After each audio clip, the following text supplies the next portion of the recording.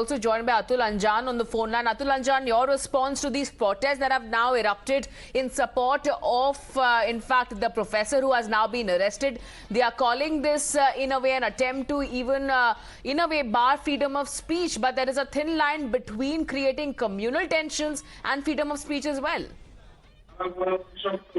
I wonder, those who are responsible to bring out a procession in Jahangirpur without the permission of the police in that area are still not being prosecuted. There is no action against them.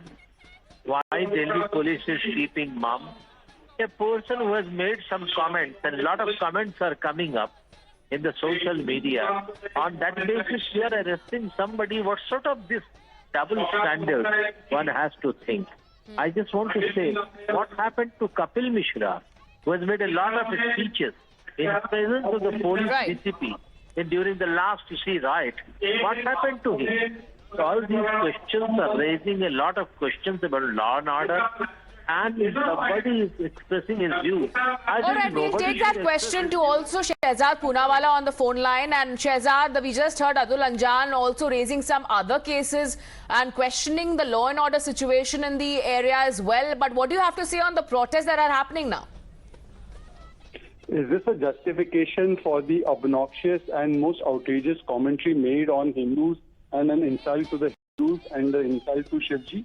They, on the one hand, they say they are the biggest Ram Bhakt. They wear their Jani on their coats. They say they are Shiv Bhakt.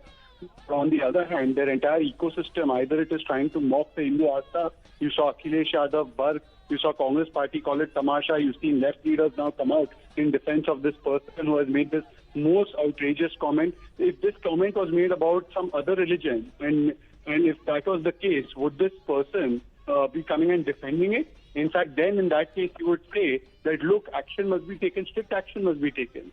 Those who do not tolerate even cartoons against another religion are here coming and defending this obnoxious commentary against Shivji and Shivling. This shows the true face of the left parties and their ecosystem in the name of vote bank politics.